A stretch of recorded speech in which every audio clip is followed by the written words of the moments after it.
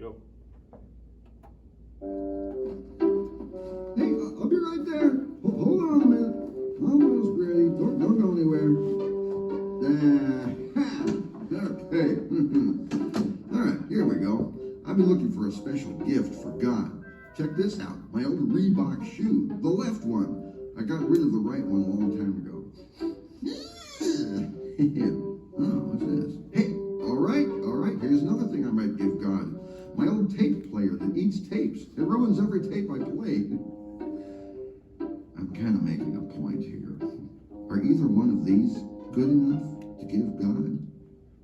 Back in the olden days, like in the Old Testament, Genesis chapter 4, one of the rules to get God to forgive you when you did something bad was to give him a gift. Like a sneaker? Well, actually, that would have been against the rules. They couldn't just give God a sneaker or a sandal.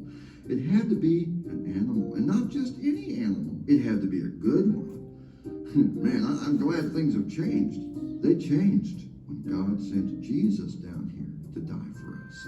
Then those gifts, which they called sacrifices, were no longer needed. But this story is about how those sacrifices caused jealousy problems between two brothers, Cain and Abel. You remember Adam and Eve, the first two people God created? Well, Cain and Abel were their sons. Abel was a shepherd, and Cain was a farmer. Their sacrifices to God started this huge fight between them. Hey, Cain, what are you doing? This is my offering, Abel. You got a problem with that? Well, as a matter of fact, I do, Cain. They look like fruits and veggies and wheat to me. Yeah, so what, Abel? Well, you're supposed to shed blood with your sacrifice, Cain. Last time I checked, a head of lettuce doesn't bleed. Abel, I can give God whatever I want to. Cain. What? Cain, is that mold on that strawberry? You're giving to God what you won't even eat yourself? Some gift. Cain didn't seem to care that God had certain rules about sacrifices. It had to be an animal, and it had to be the best one. Now, Abel chose his best sheep for his sacrifice. Cain ignored Abel and sacrificed his moldy strawberries. They were about as useful as my smelly old sneaker. So, it was no big surprise when God was happy with Abel's sacrifice and not happy with Cain's. Cain was so angry, he threw a temper tantrum.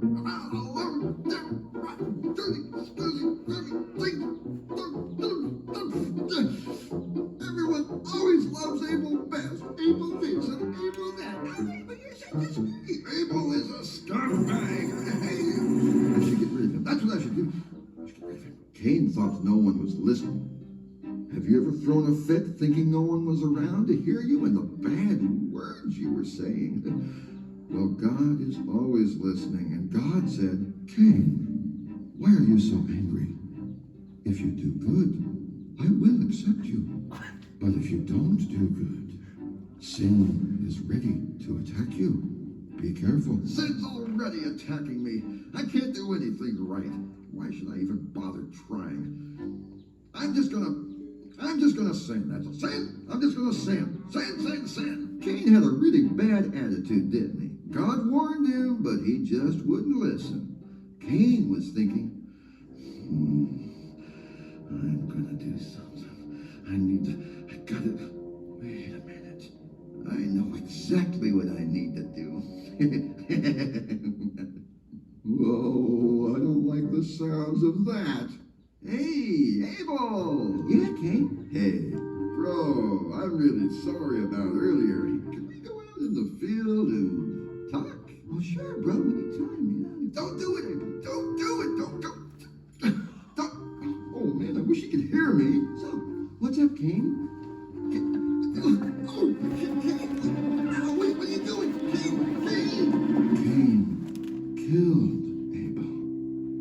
He thought no one saw him do it. But then God said, Cain, where is your brother Abel? How should I know? Is it my job to take care of my brother? Man, I wouldn't talk to God that way. Then God said, Cain, what have you done? It was about this time Cain must have realized God was no dummy. He even told him ahead of time this would happen, that sin would get him in gobs and gobs of trouble. And it did. God knew exactly what Cain had done. And God said, "Your brother's blood is on the ground. Your hands killed him. Cain, from now on, you will work the ground, but it will not grow good crops for you anymore." The curse basically meant if Cain tried to grow a tomato vine, it would die before any tomatoes came out. Oh, this punishment is more than I can stand. Isn't it funny how we're ready to do the crime, but not pay the time? Have you ever tried to get out of a punishment? We forget that everything bad we do has a consequence, a punishment. Then we try to whine our way out of it. It's too bad Cain didn't think of all this before he killed his brother. And you know what's really crazy? Cain could have solved this whole thing by just obeying God in the first place. He didn't have to be jealous. And he could have given a gift as a sacrifice that really meant something. So, really, I need to do that too. I don't think there's anything here in this box that's good enough to give God. Not my stinky sneaker or this terrible tape player. Hey, wait a minute, look here.